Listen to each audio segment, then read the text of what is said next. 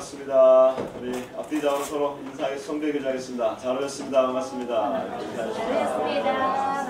반갑습니다. 반갑습니다. 표정 오랜만. 반갑습니다. 예. 인생 살면서 여러분 가장 유혹을 받는 시기가 어느 시기인 것 같습니까? 청소년기 없으니까 청년기 같습니까? 아니면 청년을 지난 신혼부부기 같습니까? 아니면 중년기 같습니까? 아니면 장년기, 노년기 같습니까? 저는 예전에는 청소년 때는 청소년기가 제일 유혹이 심하다고 생각했고, 청년 때는 청년기가 제일 유혹이 심하다고 생각했고, 요즘 중년기를 살다 보니까 중년에도 많은 유혹이 있는 것을 생각합니다. 아마 제가 더 나이가 들면 그때도 또 유혹이 없어지려나 생각을 하게 됩니다. 다양한 연령대의 다양한 상황에서 다양한 사람들마다 수많은 유혹을 받고 그 유혹은 또 새로운 결과들을 갖게 됩니다. 우리의 짧은 인생 가운데 이 수많은 유혹을 우리가 어떻게 이겨낼 수 있을까? 오늘 말씀을 통해서 다시 한번 살펴보는 시간을 갖도록 하겠습니다. 우리는 계속해서 민수의 사건을 보고 있는데 발람의 시리즈를 좀 보고 있습니다. 지난주에 우리가 발람의 사건을 봤는데 지난주에도 오지 못하신 분들 간단하게 정리를 하도록 하겠습니다. 이스라엘 백성들이 가나안 땅으로 향하기 전에 광야에서 있다가 40년간 지금 방황을 하는 그 시기 이제 마지막에 들어왔습니다. 그곳에서 이제 가나안 직전에 모압 근처의 모압 땅이라고 하는 곳을 지나는데 하도 이스라엘이 강해지니까 모압 왕이라고, 이 모압 왕이 이스라엘 치려고 거짓 선지자 발람을 부릅니다. 그러면서 주술을 부려서 마술을 마법을 써서 이 이스라엘을 저주해달라. 그리하면 이스라엘 저주를 받고 아마 이스라엘이 무너질 것이다 라고 하는 어떤 주술적 방법을 사용했습니다. 그래서 그 당시 고대 근동에서 가장 유명한 주술사인 발람이 호출되어서 그 발람이 와서 이스라엘 향해서 높은 산에 올라가서 저주하려고 4번이나 예언을 했는데, 하나님이 주신 예언을 했는데 그 예언을 할 때마다 하나님이 강력하게 개입하셔서 그 이방 주술사 입을 통해서 오히려 저주가 아니라 이스라엘 향한 축복이 나오게 됐습니다. 이게 아주 놀라운 반전이었던 것을 기억합니다. 자, 이렇게 이제 발람도 돌아가고 모압 왕 발락도 돌아갔습니다. 이게 지난주 사건이었습니다. 그러면 이제 발람의 사건은 다 끝난 줄 알았는데 오늘 우리가 다시 또 발람 시리즈를 하게 됩니다. 발람은 오늘 보이지 않습니다. 25장에도 보이지 않는데 31장에도 나옵니다만 25장의 발람 사건은 전혀 나오지 않는데 발람이 무슨 일을 한 걸까요? 오늘 성경에 보니까 첫 번째 본문에 보니까 첫 번째 곧바로 이렇게 시작합니다. 이스라엘 백성들이 모압 여자들과 음행하기를 시작합니다. 여러분, 발람은 사라졌지만 발람의 괴락은 여전히 남아 있습니다. 그것이 바로 이스라엘 백성들이 모압 여인들과 시작하게 된 음행인 것입니다. 이것이 바로 발람이 사라졌지만 발람이 은밀하게 꾸민 죄, 이것이 바로 발람의 꾀라고 하는 것입니다. 이스라엘 백성들이 음행하기를 시작했다. 이스라엘 백성들이 도덕적으로 그다음에 육체적으로 굉장히 음란하게 행했나 보다. 예, 맞습니다. 음행하기 시작했습니다. 그런데 단순히 이것이 오늘날 그 윤리적인 문제이고 도덕적인 육체적인 그런 음란의 문제가 아니고 그것은 훨씬 더 뛰어난 문제였습니다. 그 뭐냐면 종교적인 음행과 영적인 음행까지 함께 들어간 그런 행위였습니다. 우리 같이 한번 이제 2절과 3절을 같이 한번 읽어보겠습니다. 여러분 성경책 25장 1절에서 3절까지 같이 한번 읽어보십시다. 같이 읽습니다. 시작. 이스라엘이 시딤에 머물러 있더니 그 백성이 모압 여자들과 음행하기를 시작하니라. 그 여자들이 자기 신들에게 제사할 때에 이스라엘 백성은 처음에 이스라엘이 바알볼에게 가담한지라 여호와께서 이스라엘에게 진노하시니라. 아멘. 여기 보니까 모압의 여인들과 함께 음행하기 시작하는데 뭐라고 하냐면 모압의 사람들이 자기의 신들에게 제사를 드릴 때에 이스라엘 백성들을 초청했다고 하는 겁니다. 이 이스라엘 백성들이 아닌 그 당시에 가나안 땅과 가나안 인근에 살고 있는 사람들의 대부분의 사람들의 신은 뭐냐면 다신교였습니다. 많은 신들을 섬기했었습니다. 근데 그 중에 여러분 항상 어느 곳에 가더라도 다 신이 있습니다만은 그 중에 항상 주된 신이 있습니다. 이 당시 문화의 주된 신은 바알 신이었습니다. 바알은 폭풍과 비의 신이었습니다. 그럼 성경에서 보면 바알 신 많이 들어보셨죠? 이제 앞으로 바알 신은 계속해서 나올 거예요. 이제부터. 근데 오늘 처음으로 성경에 등장하는 바알 신은 오늘 처음 나옵니다. 그 전에 바알 신이 나오질 않아요. 이제 처음으로 바알 신이 나옵니다. 이제 가나안 땅으로 들어가려고 하니까 그 땅에 신이 나오는 거예요. 그러면 이 신은 어떤 신이냐? 농경사회니까 농경사회에서 가장 중요한 건 비가 아니겠습니까? 고대사회에. 고대사회에 비가 내리게 하려면 이 바알, 폭풍과 비를 주관하는 바알 신이 비를 내리게 해야 되는 거예요. 근데 어떻게 비를 내릴 수 있겠느냐? 그 바알 신이 흥분을 해야 되는 겁니다. 다른 말로 하면 바알 신에게 드리는 이 제사가 인간의 흥분을 자아내게 해서 바알 신 자체가 흥분해서 비를 내려야 되기 때문에 바알에게 드리는 제사는 남자와 여자의 음란한 행위를 통해서 이 제사가 드려지는 그러한 종교였습니다.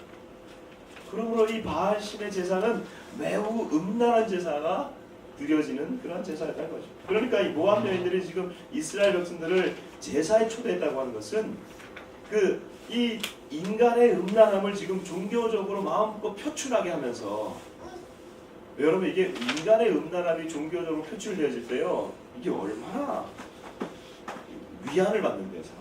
왜? 인간에게 음란함이 있거든요. 근데 그걸 종교적으로 표출하니까 얼마나 좋습니까? 이스라엘 백성들이 자연스럽게 이 음란함에 동참하게 된 것입니다. 근데 이 모든 배후에 누가 있냐 하면 지난주에 사라졌던 발람이 있는 겁니다. 왜요? 오늘 보니까 바알 부올에게 가담한지라고 했어요. 여러분 바알 부올은 바알 신인데 부올에 있는 바알 신이라는 거예요. 근데 이 부올이 어디냐? 발람의 고향이 바로 부올입니다.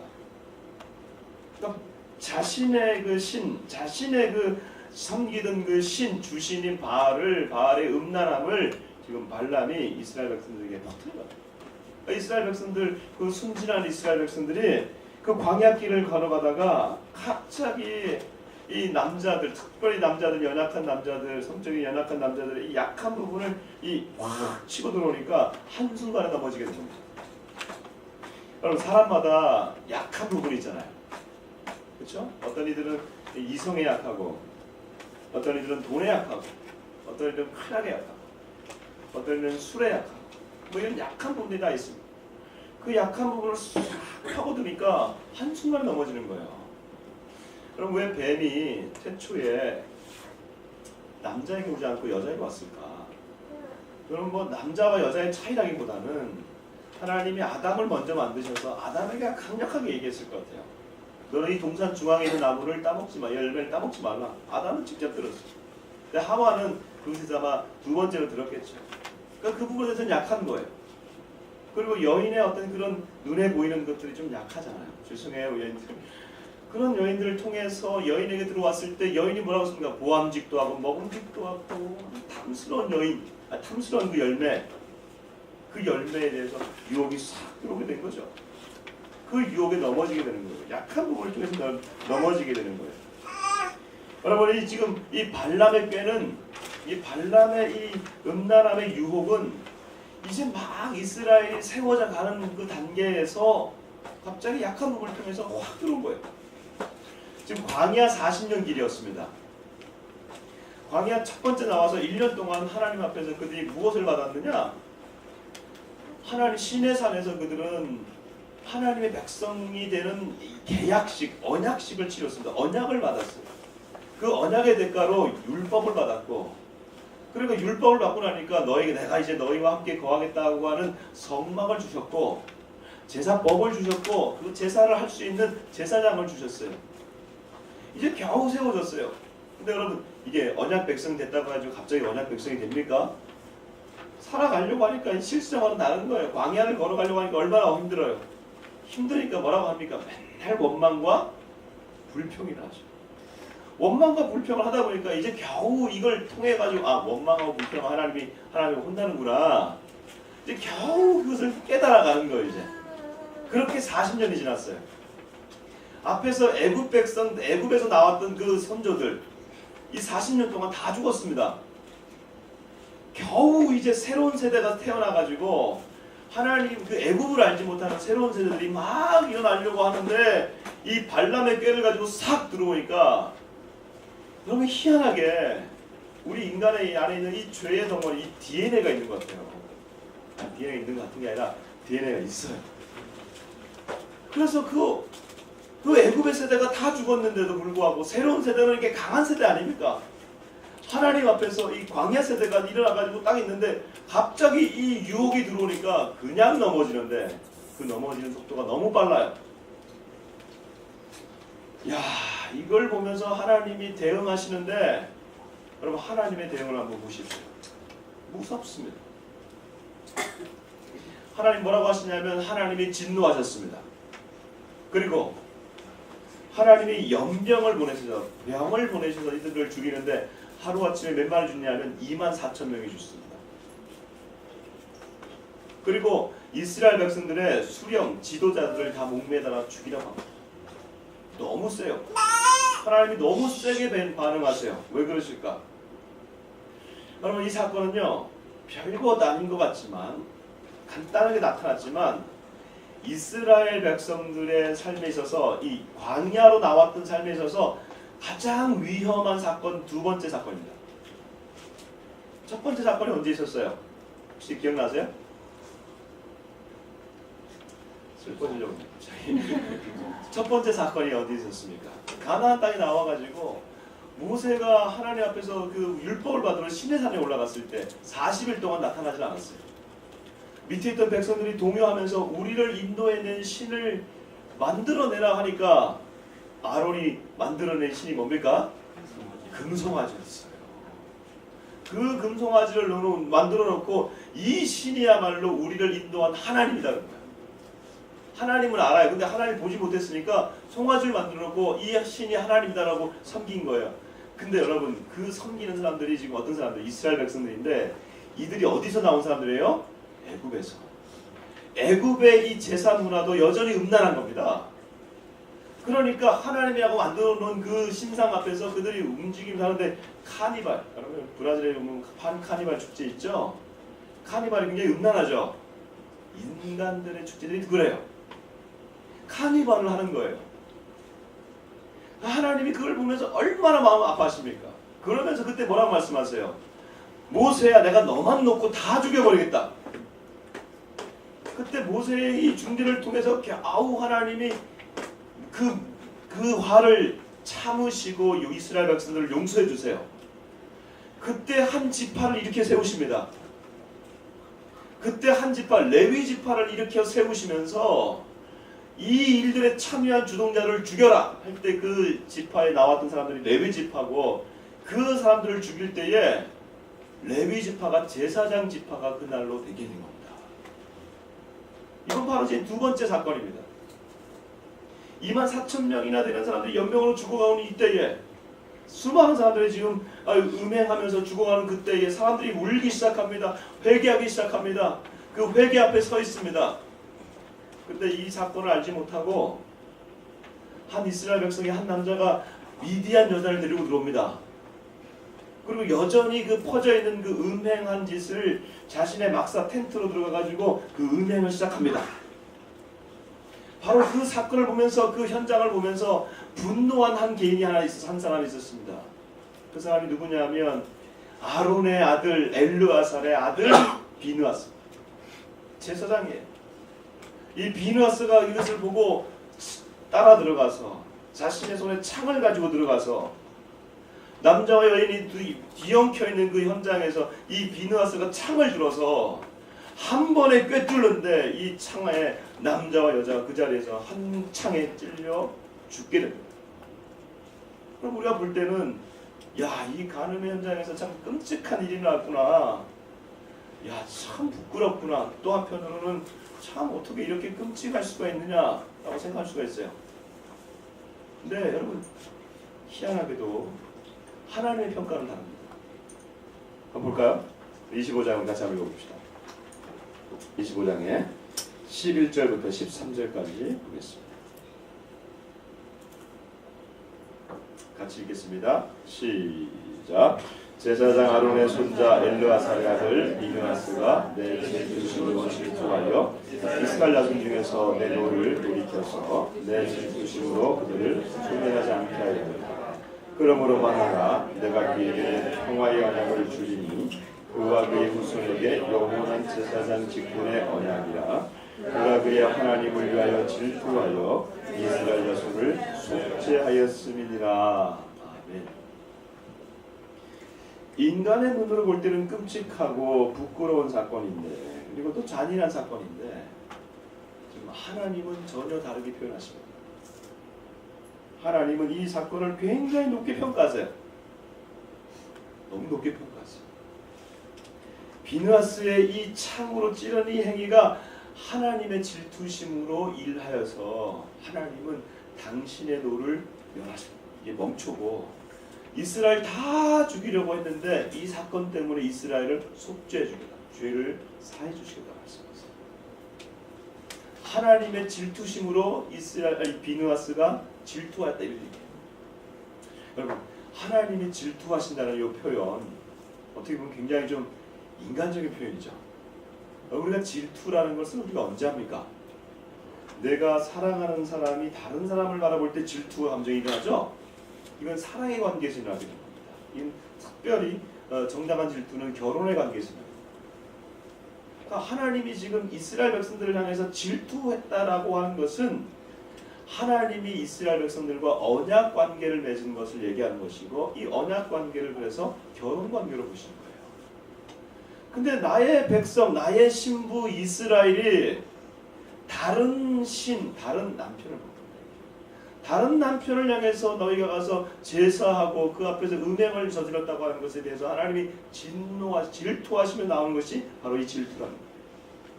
그래서 다른 신을 섬기는 것, 이것을 계속해서 너희가 간음하였도다. 이렇게 돼요. 이스라엘 백성들을 향해서 하나님이 이 간음을 통해서, 이스라엘 백성들이 짓는 이 간음을 통해서 그 결혼 관계를 깨고 그 앞에서 이스라엘 백성들 자신들마저도 음란하게 되어질 때에 하나님이 지금 얼마나 파국적인 결과를 초래하는지 보여주는 거예요. 그래서 이 비느하스의 이 행동은 인간으로 볼 때는, 우리가 인간의 눈으로 봤을 때는 참 끔찍하고 참 어떻게 이렇게 잔인할 수가 있는가 하는데, 하나님의 관점에서 봤을 때는 지금 이스라엘 전체가 지금 멸망길로 가는데 비느하스의 이 창으로 말미암아 이스라엘이 돌아오게 되는 그런 결과를 갖고 오게 된다는 거예요. 그래서 이스라엘이 죄사함을 받게 되는 그 결단의 장면이에요. 자, 오늘 이 사건을 이렇게 정리해 봅니다. 그 뒤에는 발람이 있었어요. 그럼 우리는 어떤 사회를 살고 있고 이 말씀 우리가 어떻게 받아들여야 될까요? 이 사건 전체 배후에는 발람의 꾀랑이 있었어요. 발람은 드러나지 않지만 은밀하게 나타납니다.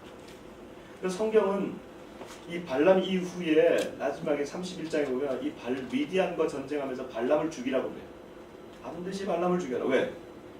발람 때문에, 이 발람의 이 은밀한 유혹 때문에 죄가 들어와서 이스라엘 백성이 24,000명이 죽어요. 이걸 따라가요. 그럼 우리 시대는요, 지금 이 발람의 유혹과 발람의 꾀가 넘쳐나는 사회예요. 발람은 유혹을 은밀하게 하죠. 지금 우리의 사회는 발람의 유혹이 은밀하지 않습니다. 대놓고 유혹을 하는 사회입니다. 얼마나 담대하게 우리를 유혹하는지, 저는 이 앞에 이 모텔을 지나갈 때마다, 희한하게 모텔 지나갈 때마다 들어가는 사람들 봐요. 나오는 사람들도 보고. 어색하게 이렇게 지나가는데 들어오고 나오는데, 옛날에는 부끄러워도 했는데 이제는 안 부끄러워요. 대놓고 들어가요. 아주 그걸 보고 있는 제가 부끄러워요. 각종 신문과 SNS는요, 이런 일탈을 부추기는 소식들이 계속해서 나옵니다. 그럼 이런 사회 가운데서 우리가 어떻게 살아야 될까? 우리 그리스도인들이 어떻게 살아야 될까? 아우 이스라엘 백성들도 막 40년 동안 막 세워졌는데 하루아침에 넘어지는 것처럼 오늘날 우리 그리스도인들도 이제 겨우 신앙이 섰다 생각했는데 하루아침에 넘어지는 그리스도인들, 하루아침에 넘어지는 성직자들의 얘기를 우리가 계속해서 듣고 있습니다.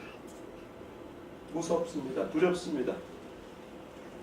그러나 여러분, 우리 그리스도인들도, 저와 여러분도 세상 속에 있는 그리스도인, 세상 속에 있는 사람들과 똑같은 일이라는 것을 우리가 알아야 돼요. 신앙생활을 우리가 하지 않습니까? 우리 그리스도인들 신앙생활을 하잖아요. 신앙에 있어서 두 가지 관점이 있어요. 두 가지 방향이 있습니다. 한 가지 방향은 우리가 신앙의 대상인 하나님을 아는 거예요.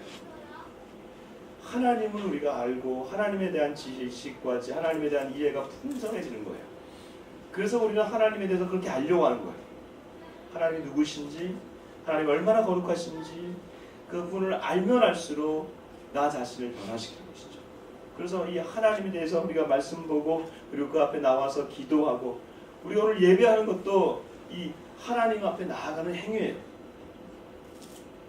두 번째 관점이 하나 계산이 있어요. 방향이 하나 있어요. 이 두 번째 방향은 어떤 방향이냐면 신앙의 대상이 아니라 신앙하고 있는 주체, 바로 우리입니다. 나에 대한 이해, 즉 인간에 대한 이해, 사람에 대한 이해. 우리는 이 땅에 태어나면서부터 인간으로 태어나죠. 그렇죠? 의식을 가지고 인간으로 태어나요. 그 사람으로 태어나서 사람으로서 자라는데 정작 사람이 무엇인지에 대한 설명을 해주는 사람들은 없어요. 교육을 받지만 인간이 어디서부터 왔고 어디로 가는지, 여러분 진화론적, 그 다음에 과학적인 얘기들을 많이 듣습니다. 그러니까 정말 그것에 대해서 우리가 지식적 동의와 감정적 동의를 하면서 가는 사람은 없어요. 여러분 정말로 진화론자들이 원숭이가 내 아버지라는 생각을 조장한다고 하는 사람은 없어요. 머릿속으로 믿어도 그걸 인정하지는 않아요. 왜? 아니 참 생각해보세요. 여러분 진짜로 원숭이에서 우리가 진화되었다면 왜 지금 인간과 원숭이 사이에 진화되는 자들이 없어요? 없잖아요. 그렇기 때문에 이건 사실 지식적으로만 있는 거지 이걸 감정적으로 받아들이는 사람은 없어요. 누구도 해결해주지 않아요. 철학적 관점들이 있어요. 사회적 관점들이 있어요. 제가 대학에서 철학을 전공했어요. 믿거나 말거나. 대학 4년 내내 철학에 대한 얘기를 했어요. 철학을 대해서 공부를 했어요. 여러분 철학이 뭔지 아세요? 대학 1학년 때 들어갔더니 선생님이 칠판에 쓰는 게 뭐냐면 첫 번째 수업이 뭐냐면 철학이란 무엇인가요? 철학이란 무엇인가요? 그리고 철학이란 무엇인가를 가지고 한 학기를 공부하는데 철학이 뭔지를 모르고 졸업을 해요. 철학이라고 하는 것은 영어로 하면 필로소피입니다. 필로소피라고 하는 영어 학문인데 필로 하면 좋아하다 이런 뜻이에요. 좋아하다. 러브란 뜻이에요. 러브. 사랑한다. 좋아한다. 그래서 필 하모니 있죠. 필 하모니 쓰고 게스트 하죠. 하모니를 좋아한다. 필 하모니라고 합니다. 하모니라는 것은 아름다운 음성 이런 거잖아요. 그 다음에 소피아, 소피라고 하는 것은 지혜라는 뜻입니다. 지혜 내지는 진리 이런 뜻이에요. 그러니까 철학이라고 하는 것은 지혜와 아름다움과 이 진리를 추구한다 이런 뜻의 학문이에요. 고대 히랍 철학부터 우리 서양 철학은 서양 철학인데 서양 철학은 고대 히랍 그리스 철학부터 시작합니다. 그 아리스토텔레스, 플라톤 그 이전에 그 철학자들부터 시작해가지고 현대 철학까지 이르게 됩니다. 수많은 철학자들의 질문을 해요. 인간이란 무엇인가? 진리란 무엇이고 우리가 어떻게 그걸 받아들일 수 있는가? 사람의 진리의 인식 과정은 무엇인가? 그러니까 여러분 인생의 해답을 주는, 그러니까 인생의 해답은 무엇인가 이런 건 하지 않아요. 그러니까 계속해서 무엇인가 하는 그런 질문을 던지는 것이 철학이에요. 그때마다 가끔 이게 저 해답을 주지만 그 해답은 또 반박되어지고 또 반박되어져서 지금까지 모든 이 해답이 주어지지 않는 거예요. 그러니까 철학을 하면 무엇이 느냐면 질문이 늘어요. 질문에 대한 거예요. 물론 질문하는 인간이야말로 어쩌면 우리 인간의 인간됨을 또 유지시켜주는 귀한 학문입니다. 또 철학자들은 적어도 인간의 어떤 위치는 어느 정도 유지하는 사람들이에요. 근데 정말 계속 질문만 하는데 해답이 보여지지가 않는 거예요. 그럼 도박장에 가면 세 가지 없는 게 있답니다. 카지노에 가면 세 가지가 없대요. 여기 혹시 들어보셨어요? 시계가 없답니다. 여기 창문이 없답니다. 그리고 또 마지막에 거울이 없답니다. 이게 다 인간이 인간됨을 보여주는 거거든요. 이것들이 시계를 보면서 우리가 뭘 봅니까? 과거와 현재와 미래. 우리가 난 이 시간 되면 나는 무슨 일을 해야 된다고 하는, 그리고 나는 이전에는 무엇을 했다고 하는 이 시간을 통해서 우리 인간을 규정을 하게 되는 거예요. 창문을 무엇을 보여줘요? 현재 내가 해야 되는 일이 있지만 또 창문 너머에 또 다른 내가 해야 될 일이 있는 거예요. 또 다른 세계가 있다는 것을 보여주는 거예요. 거울이 뭘 보여줘요? 그럼 거울을 통해서 뭘 봅니까? 자신을 보는 거예요. 도박하고 있는 자신, 죄를 짓고 있는 자신, 중독에 빠져가지고 살고 있는 그 자신을 보려면 자기 성찰을 하거든요. 그걸 없애버리는 거예요. 우리 인간들이 그런 거예요. 인간의 그 관점에서 계속해서 머물면서 어떻게 할까 이거예요. 오늘 이 비누아스의 참은요, 인간의 관점에서 살아가고 있는 우리 인간의 관점을 그 영역의 레벨에서 하나님의 관점이 쑥 들어오게 하는 거예요. 하나님의 참. 죄가 죄인지를 모르고 우리 인간이 어떤 인지를 모르고 살아가고 있는 우리 인간의 세계에 이것이 죄이고 이 죄의 결과가 무엇인지를 보여주는 그 창이 바로 비누아스의 창, 바로 하나님의 관점이 들어오게 됩니다. 우리 인간이 죄인이고 우리가 정해놓은 삶의 기준과 그 쾌락의 정도를 우리가 마음껏 유지하면서 살아간다 하더라도 조물주, 창조주가 정해놓으신 이 기준에 우리가 도달하지 못하면 아무런 의미가 없다는 거.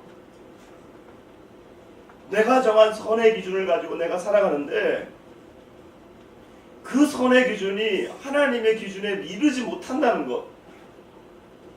아무리 노력해도 그 기준에 이르지 못하면 나는 망한다는 것. 물론 이 사람이 나보다 더 나을 수는 있지만 그 역시 망한다는 것. 이걸 알지 못한다는 거예요. 여러분, 우리 인간이 인간됨을 알지 못할 때 인간이 실패하지 않습니까? 아담과 하와가 왜 실패했어요? 하나님은 인간을 만드시고 동산 중앙에 있는 열매를 따먹지 말라라고 한 게 인간의 조건이었어요. 그 인간됨을 알지 못할 때, 그것을 따먹었을 때에, 인간이 인간됨을 알지 못했을 때에, 넘어서고자 했을 때에 인간은 실패하지 않았습니다. 이스라엘 백성들은 지금 언약 백성들로서 구원받은 언약 백성들로 하나님과 결혼한 그 관계인데 그 결혼을 깨뜨려버리는 그 일들을 은밀하게 했을 때 그것도 하루아침에 무너졌습니다. 하나님이 누구시고 그 하나님을 믿는 나는 어떠해야 되는지를 알아가는 것. 이게 그렇게 중요한 거예요. 여러분, 이 두 가지를 알 수 있는 방법이 이 땅에 어디에 있습니까? 이걸 알려주는 데는요, 세상 어디도 없어요. 세상 어디도 없어요. 하나님이 누구신지 알려주는 거. 물론 우리가 살아가면서 자연을 보면서 하나님을 알 수 있고 역사의 흐름을 보면서 우리가 하나님이 실이 계시는구나, 이 정도는 알 수 있죠. 그런데 하나님이 어떤 분이시고 하나님 이런 상황에서 우리가 어떻게 그분 앞에 나아가야 되고 하나님의 어떤 성품이 있는지, 거룩한 성품이 있는지 여러분, 레위기를 읽기 전에 우리가 어떻게 알겠어요? 우리가 죄가 있는 인간들이 하나님 앞에 나아갈 때 어떤 절차를 거쳐서 하나님 앞에 나아갈 수 있는지를 우리가 어떻게 알 수 있겠어요? 이 성경 외에는 누가 가르쳐 줍니까? 그러므로 여러분, 하나님의 말씀 외에는 하나님을 알 방법이 없는 줄 믿습니다. 아멘. 하나님의 말씀 외에는 없는 거예요. 인간의 인간됨도 마찬가지예요. 인간의 인간됨도 문학책이나 예술 작품에서 우리 인간의 인간됨을 많이 알죠. 예술 작품이나 노래를 통해서 인간의 고통 이런 거 다 알 수 있어요. 제가 대학 때 들어가서 대학에 들어가서 제일 먼저 한 게 뭐냐? 그렇게 인간이 제 삶이 그렇게 젊은 시절인데 이렇게 힘들더라고요. 그래서 학기 중에는 아니었는데 방학 때마다 제가 도서관에서 무슨 책을 읽었냐면 슬픔의 책, 비극 있죠, 비극. 셰익스피어의 4대 비극을 들어보셨어요? 너무 스스로가요? 햄릿이나 오델로나 맥베스나 리오왕이나 굉장히 수준높게 돌았어요. 여름마다 그걸 읽는 거예요, 이렇게 도서관에서. 도스토옙스키의 죄와 벌, 까라바조프가의 형제들, 주홍 글씨 다 까먹었어요. 이제 뭔지 내용도 다 까먹었는데 그때는 그런 거를 읽으면서 뭐랄까요, 그 인간의 슬픔이 그대로 와요. 해결책이 없어요, 거기에는요. 근데 뭘 읽냐면 인간이 이렇게 슬픈 존재구나 하는 것을 느끼게 돼요. 리어왕 같은 걸 읽으면요, 다 기억이 안 납니다만 지금도 기억이 나는 거는 슬픔이 가득해가지고 막 이 슬픔을 가지고 이 도서관을 나오는 거예요. 그런데 슬픔이 주는 그 여러분 그 쾌락이 있어요? 여러분 아세요? 슬픔이 주는 즐거움이 있어요? 그걸 슬픔 뭐라더라? 있는데 어떻게 그게 있어요. 그래가지고 삶의 무게를 가득하게 하면서 거기서 이제 좀 애처로워 보이는 어떤 가을에 특히 나잖아요. 그런 것들을 즐기면서 또 한편으로는 삶의 이 무게를 즐기면서도 또 삶의 무게에서 해결받고 싶은 거. 해결을 해주지 않아요. 세상의 문학과 예술은요, 인간의 삶의 무게와 슬픔과 아픔의 이런 게 대해서는 설명해주고 해설해줍니다. 답을 주진 않아요. 답을 주진 않아요. 성경에도요, 인간의 아픔과 인간이 누군지에 대해서는 정확하게 나와 있어요. 그 슬픔과 고통과 이 모든 아픔들이요, 욥의 슬픔을 여러분 고통을 들어보셨습니까? 시편에 나와 있는 다윗의 그 아픔에 대해서 여러분 들어보셨어요? 이사야가 하나님 앞에 섰을 때 화로다 나여 망하게 되었다라고 하는 이 고백을 들어보셨어요? 바울이 이렇게 얘기하지 않습니까? 오호라 나는 공고한 자로다. 누가 이 사망의 몸에서 나를 건져내라. 이 절규를 들어보지 않습니까? 예수님 앞에 나왔던 나병 환자들의 그 아픔을, 38년 된 병자들의 그 고통을, 자식을 잃어버린 여인의 나인성 과부의 그 절규를 성경은 다 담고 있어요. 그러나 성경이 다른 것은 그것을 설명하지 아니하고 그것을 해설하지 아니하고 거기에 답을 준다는 거예요.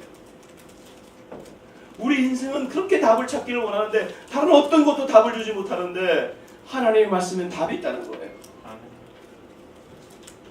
바울이 이렇게 얘기하지 않습니까? 우리 주 예수 그리스도로 말미암아 하나님께 감사하리로다.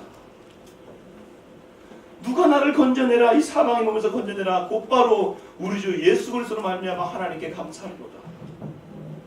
해답을 주는 것이 바로 하나님의 말씀입니다. 인간을 알게 되고 고통받고 있는 인간, 하나님의 형상을 잃어버린 인간들의 그 아픔을 해결해 줄 수 있는 그 하나님을 보여주고 그 하나님 앞에 나아갈 수 있도록 해주는 유일한 하나님의 이 땅에 계시, 그런 말씀입니다. 말씀을 정리하십시다. 우리는 이 시대를 살면서 지금 수많은 유혹 가운데 살아가고 있어요. 지금 이 시간에도 유혹을 받고 있는지도 모르겠어요. 그리고 그 유혹을, 여러분 유혹의 경계선상에 어느 정도 노출을 하고 그것을 즐기고 있는 자들도 있을지 모르겠습니다. 한 발은 지금, 한 마음은 지금 이 성전에 와 있지만, 예배당에 와 있지만, 또 한편으로는 여러분의 마음이 어떤 쾌락 가운데 한 발을 두고 있지 않습니까? 어떤 유혹 가운데 여러분의 마음을 좀 두고 있지 않습니까? 그 유혹이 너무 오래 가지 않도록 너무 즐기지 않았으면 좋겠습니다. 여러분 우리에게 그 모든 것들을 뚫을 수 있는 비능하세의 창이 필요합니다. 내 삶에 있어서 하나님의 관점으로 이것을 해석하게 해주십시오. 하나님의 관점으로 내 삶의 이 모든 것들을 찍어버리게 해주십시오. 그래서 내가 주님 다시금 정결한 인간이 되게 해주시고 하나님 앞에서 정결하고 나아가는 결단이 있어질 때에 이스라엘 백성들이 다시 살아났던 것처럼 나도 살아나고 우리 가정도 살아나고 우리 공동체와 신흥하고 있는 우리 한국교회 한반도도 살아나길 주님으로 축복합니다.